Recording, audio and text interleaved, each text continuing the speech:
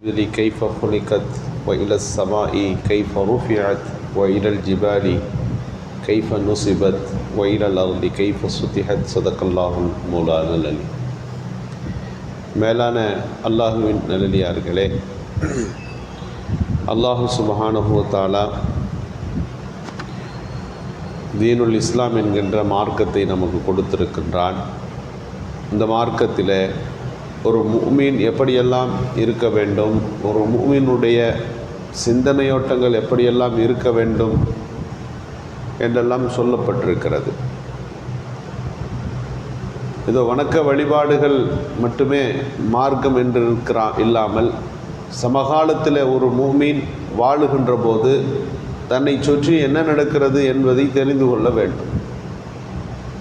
பூகோள அறிவு இருக்க வேண்டும். அரசியல் சார்ந்த புரிந்துணர்வு ஒரு முஃமினை பொறுத்த அளவுக்கு இருக்க வேண்டும் என்பதனால்தான் நபிகள் பெருமானாருடைய வாழ்க்கையில் பல்வேறு நிகழ்வுகளை முன்னுதாரணங்களாக அல்லாஹ் நமக்கு நடத்தி காட்டியிருக்கின்றார். ரசூலுல்லாஹ் மக்காவில் தான் இருக்கிறாங்க.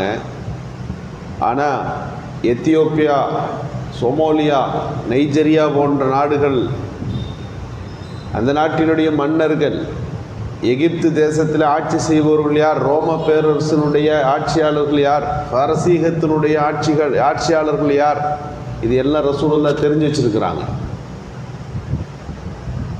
நீங்கள் நஜ்ஜாசிட்ட போங்க, அவர் நல்ல மனிதர், உங்களுக்கு அவர் அடைக்கலம் தருவார் அப்படின்னு ரசூலுல்லாஹ் மக்காவிலிருந்து 100 பேர்த்தை அனுப்பி வைக்கிறாங்க. நஜ்ஜாசியை ரசூலுல்லாஹ் பார்த்தது கூட கிடையாது. அவரை பற்றி தெரிந்து வைத்திருக்கிறார்கள். நீங்கள் அங்கே போங்க, அந்த நாட்டில் உங்களுக்கு அடைக்கலம் கிடைக்கும். அவர் சிறந்த மனிதர், அவர் கிறித்துவர், அவர் என்ன ரிலிஜன், வேறு மதம் சார்ந்தவர். ஆனால் ரசூலுல்லாஹி ஸல்லல்லாஹு அலைஹி வஸல்லம் அவரை பற்றி தெளிவாக சொல்லுகின்றார்கள். பூகோள அறிவு என்பது தேவை. ரசூலுல்லாஹ் ஹதீஸை பாருங்கள், எந்தெந்த நாடுகளை பற்றி எல்லாம் பேசினார்கள்னு ஒரு பெரிய பட்டியல் போட்டுடலாம். எந்தெந்த பகுதிகள், நாட்டின் பகுதிகளை பற்றி பேசினார்கள் என்பது இருக்கிறது. குராசான் அப்படின்ற பகுதியிலிருந்து கடைசி காலத்தில் கருப்பு நிற கொடிகளோடு மதினாவை மீட்பதற்கு ஒரு படை புறப்படும்.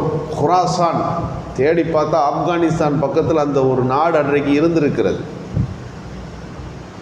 சைனாவின் செய்திகளை பற்றி ரசூலுல்லாஹ் பேசியிருக்கிறார்கள். இதெல்லாம் எதற்காக வேண்டி என்றால், ஒரு முஸ்லீமுக்கு ஒரு நாட்டு நடப்பு என்பது தெரிய வேண்டும். இன்றைக்கு நாம் பார்த்து கொண்டிருக்கின்றோம், பல்வேறு சட்டத்திட்டங்கள் முஸ்லீம்களுடைய உரிமையை பறிப்பதற்காக வேண்டி இங்கே முன்னிலை படுத்தப்படுகிறது. என்பிஆர், என்ஆர்சி என்கின்ற ஒரு சட்டத்தை கொண்டு வந்து குடியுரிமையை பறிக்கின்ற பல்வேறு செய்திகளை அங்கே நடத்தினார்கள். அது கிடப்பில் போடப்பட்டு விட்டது. பெரிய போராட்டங்களின் விளைவாக அது நடைமுறைப்படுத்துவதற்கு இப்போது வாய்ப்பில்லை என்று அது ஒத்திவைக்கப்பட்டது. அதே ஒரு செய்தியை தாங்கித்தான் இப்போது எஸ்ஐஆர் என்கின்ற ஒரு படிவம் வந்திருக்கிறது. அதில் கேட்கப்படுகின்ற கேள்விகளும் ஏறத்தாழ ஒரு குடியுரிமையை நிர்ணயிக்கின்ற அளவிற்கு அதனுடைய வீரியம் இருக்கிறது. ஏதோ ஒரு பேப்பர் கொடுக்குறாங்க, எழுதுகிறோம் இருக்கிறது. அதை அவர்கள் ஏற்றுக்கொள்ள மாட்டேன் என்று சொல்லி இப்போது நவம்பரில் இப்போது வாங்கப்பட்டு டிசம்பரில் அதை பற்றிய தகவல்கள் நமக்கு வரும். அதில் நீங்கள் கொடுத்த தகவல்கள் எங்களுக்கு சரியில்லை என்று அவர்கள் சொன்னால், வாக்காளராக நாம் இடம்பெறுவதற்கு என்ன செய்ய வேண்டும் அப்படின்னா ஒரு 12 ஆவணங்களை கொண்டு வர சொல்கிறார்கள். நீங்கள் அந்த 12 ஆவணங்களை சமர்ப்பித்த பிறகு நீங்கள் மீண்டும் அடுத்த மாதத்தில் வருகின்ற பெயர் பட்டியலில் உங்கள் பெயர் இருந்தால் நீங்கள் வாக்களிப்பதற்கு தகுதியானவர், இல்லை என்றால் வாக்கு செலுத்த முடியாது என்ற ஒரு சூழல் அங்கே வந்து நிற்கிறது. அத்தோடு அது முடிந்து விடவில்லை. வாக்கு போட்டோம், போடலை, வாக்காளர் பட்டியலில் பேர் இல்லை, நீங்கள் ஓட்டு போட முடியாது என்ற செய்தி வருகிற போது அதை தாண்டி உங்களுடைய பெற்றோர்களுக்கான ஆவணங்கள் உங்களிடத்தில் இல்லை என்றால், உங்களால் ஓட்டு போடுவதற்கான ஆதாரங்களை தர முடியவில்லை என்றால் நீங்கள் எப்படிப்பட்டவர்? இந்த நாட்டை சார்ந்தவர் தானா?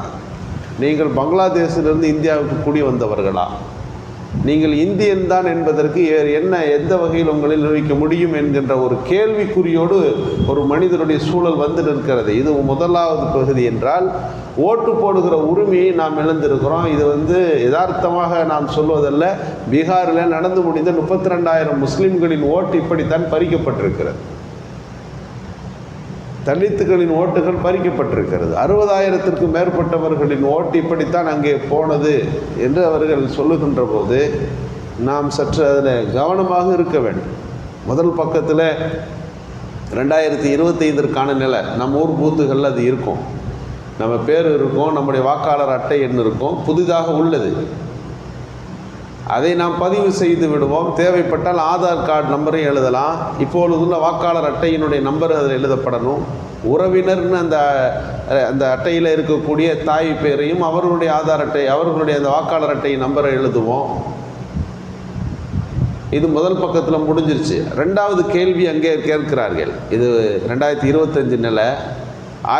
இதற்கு முன்பு 2002 ஒரு இதே போல் எஸ்ஐஆர் படிவம் என்று செய்யப்பட்டது. அதில் நீங்கள் கலந்து கொண்டீர்களா? அதில் உங்கள் பேர் இருக்கிறதா? அதில் நீங்கள் ஓட்டு போட்டிங்களா இல்லையா? இந்த கேள்வி இருக்கிறது. ஆமாம் அப்படின்னு நீங்கள் சொன்னீங்கன்னா 2002 வாக்காளர் அட்டை வேறு ஒன்று இருந்துச்சு. இது சமீபத்தில் வந்த வாக்காளர் அட்டை. அந்த வாக்காளர் அட்டைக்கு டிஎன் என்று ஆரம்பிக்கும். வெவ்வேறு ஊர்களுக்கு ஒவ்வொரு மாவட்டத்துக்கு ஒரு மாதிரி போட்டிருந்தாங்க. அதில் உங்களுடைய பெயர், அந்த வாக்காளர் அட்டை இருந்தால் அந்த வாக்காளர் அட்டை எழுத வேண்டும். அந்த அட்டையில் உங்கள் உறவினர் யார் என்பதை நீங்கள் தெரியப்படுத்த வேண்டும். இந்த இடத்துல தான் சர்ச்சை வருகிறது. அவர் உங்கள் தந்தை என்று நீங்கள் எழுதினால் 40-45 வயதுள்ள ஒரு நபர் அவருடைய தந்தை பெயரைத்தான் கார்டியனாக எழுதுவார். ஆனால் அந்த தந்தை இப்போது மௌத்தாயிட்டார். இப்போ என்ன செய்யணும்? வாக்காளர் அந்த படிவத்தை கொண்டு வருபவர்கள் என்ன சொல்லுகிறார்கள் அப்படின்னா, 2002 உங்கள் வாக்காளர் அட்டையில் உங்கள் தந்தை தான் உங்களுக்கு கார்டியனாக போட்டிருந்தீங்க, அவர் இல்லைன்னு சொல்கிறீங்க இல்லையா, அவருடைய இறப்பு சான்றிதழ் வாங்கிட்டு வாங்க அப்படின்னு சொல்கிறாங்க. இப்போ என்ன நடக்குதுன்னா, இறப்பு சான்றிதழுக்காக போக வேண்டிய ஒரு சூழல் அங்கே வருகிறது. அதையெல்லாம் தந்து விட்டால் அவருடைய அந்த 2002 உள்ள நம்முடைய சட்டமன்ற தொகுதி அதெல்லாம் எழுதணும். எல்லாரும் ஒரே ஊர்லேயே இருந்து கொண்டிருப்பவர்கள் அல்ல. எனக்கு 2002 வேறு ஊரில் ஓட்டு, இதற்கு பிறகு 2007 நமது ஊரில் இந்த பகுதியில் நான் வருகிறேன், இங்கே ஓட்டு இருக்குது. அப்போ 2025 நிலைமை இந்த ஊர், 2002 என்னுடைய சூழல் வேறு ஊர். அந்த ஊரில் இருந்து நான் எல்லா பகுதியை வாங்கி நிரப்பணும். சட்டமன்றம் என்ன, தொகுதி என்ன, பாகம் என்ன என்பதை அங்கே பதிவு செய்யணும். இது என்னுடைய நிலை, சாதாரணமான ஒரு நிலை முடிஞ்சிடும். சரி, 87க்கு பிறகு பிறந்தவர்கள் அப்படின்னு சொன்னால் அவர்கள் 2002 ஓட்டு போட்டிருக்க முடியாது. ஏன்னா அவங்க 18 வயசு ஆகிருக்காது. அவர்களுக்கு என்ன நிலைமை அப்படின்னா, மேலே உள்ள 2025 நிலைகளை பதிவு செய்த பிறகு வலது பக்கத்தில் இன்னொரு கட்டம் போட்டிருக்கிறாங்க. அந்த கட்டத்தில் உங்களுடைய கார்டியன் பேர் எழுதணும் ஃபஸ்ட்டு. அதற்கு பிறகு அவருடைய வாக்காளர் அட்டை பழைய அட்டையினுடைய நம்பரை எழுதணும்.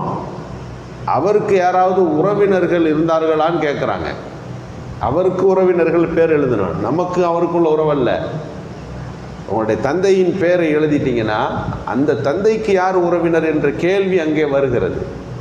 எழுதிவிட்டு தந்தையில் அன்றைக்கு அவர் எந்த ஊரில் ஓட்டு போட்டார், அந்த மாவட்டம் என்னன்னு எழுதணும்.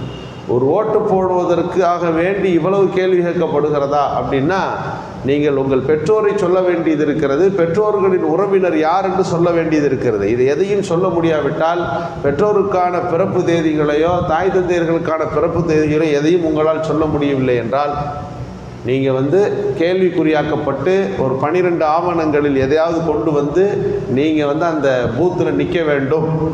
நீங்கள் ஒரு நபர் நம்ம இந்த முயற்சி எடுத்து செஞ்சிடலான்னு நினைக்கலாம். 6 கோடி பேர் வாக்காளரை கொண்டிருக்கிற தமிழகத்தில் 1 கோடி பேருக்கு நெருக்கமாக இருக்கின்ற தமிழக முஸ்லீம்களின் ஓட்டு 1 கோடி பேர் இனி போய் எங்கெங்கே நிற்க போகிறாங்க என்பது தான் இதில் உள்ள பெரிய சர்ச்சைகள்.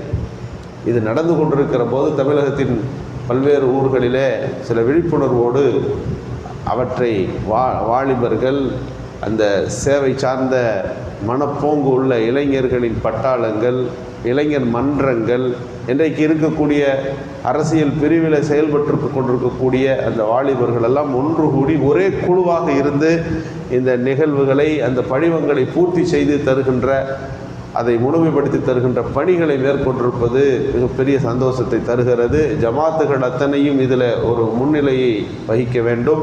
ஒவ்வொரு ஊர்தோறும் அந்த படிவங்கள் வைக்கப்பட வேண்டும்.